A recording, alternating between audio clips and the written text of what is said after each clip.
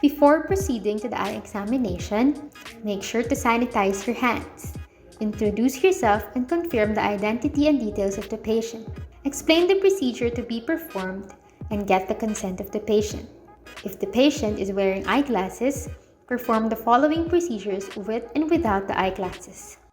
Start the physical exam of the eye by checking the visual acuity. Using a Snellen chart, test the acuity of the central vision of the patient. Start by positioning the patient 20 feet from the chart.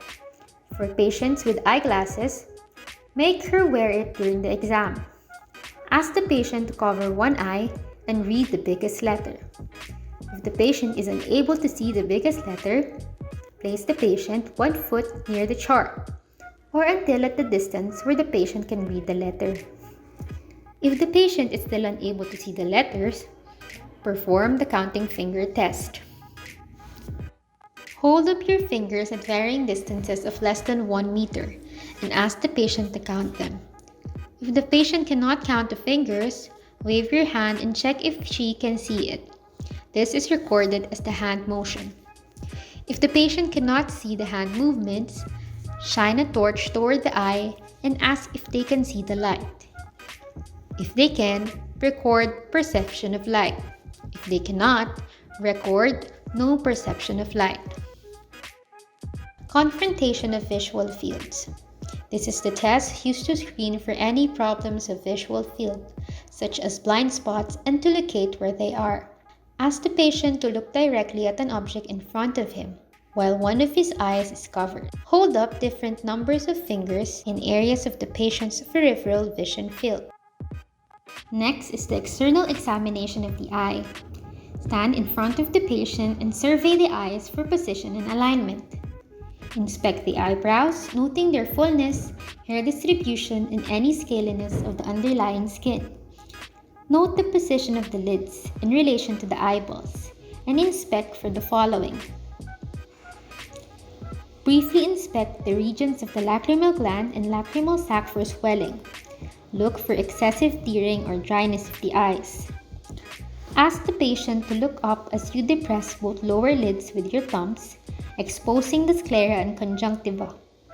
Inspect the sclera and palpebral conjunctiva for color. Note the vascular pattern against the white scleral background. Look for any nodules or swelling. Rest your thumb and finger on the bones of the cheek and brow respectively, and spread the lids. With oblique lighting, inspect the cornea of each eye for opacities. Note any opacities in the lens that may be visible through the pupil. At the same time, inspect each iris.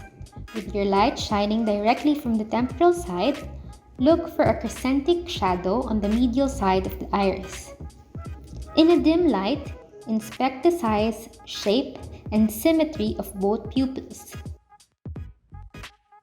Test the pupillary reaction to light. Ask the patient to look into the distance and shine a bright light obliquely into each pupil. Look for the direct reaction and the consensual reaction. To test for the extraocular movements, ask the patient to move the eye in the direction of the 6 cardinal positions of gaze.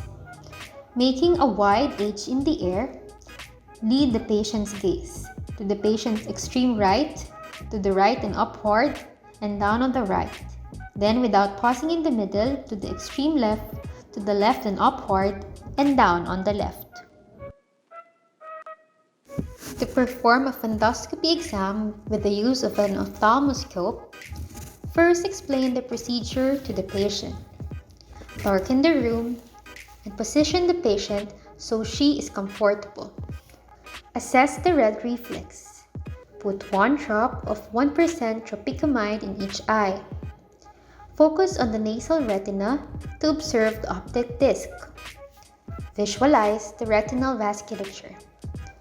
Observe the macula, and then repeat on the other eye.